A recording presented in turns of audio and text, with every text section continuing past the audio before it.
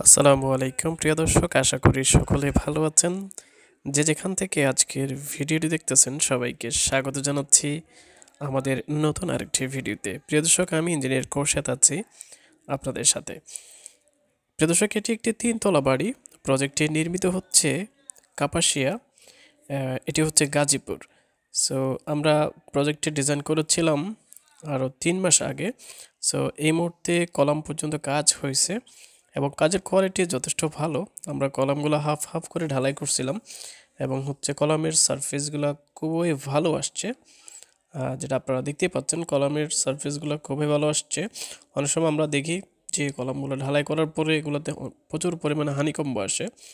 So ভালো করে যদি কাজগুলো করা হয়, কোয়ালিটি মেনটেন করে যদি কাজ করা হয়, সেক্ষেত্রে কাজের কোয়ালিটি এবং কাজের মান ভালো হয়।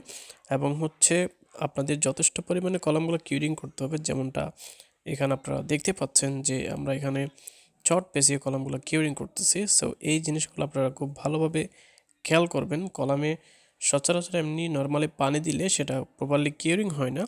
সো প্রপার কিউরিং হওয়ার জন্য আপনাদেরকে চট পেঁচিয়ে সেটাকে পানি কিউরিং করতে হবে। তাহলে আপনার পর্যাপ্ত পানি থাকবে এবং হচ্ছে নির্দিষ্ট একটা সময় ধরে পানি কিউরিংটা হবে এবং পর্যাপ্ত পানি কিউরিং হবে।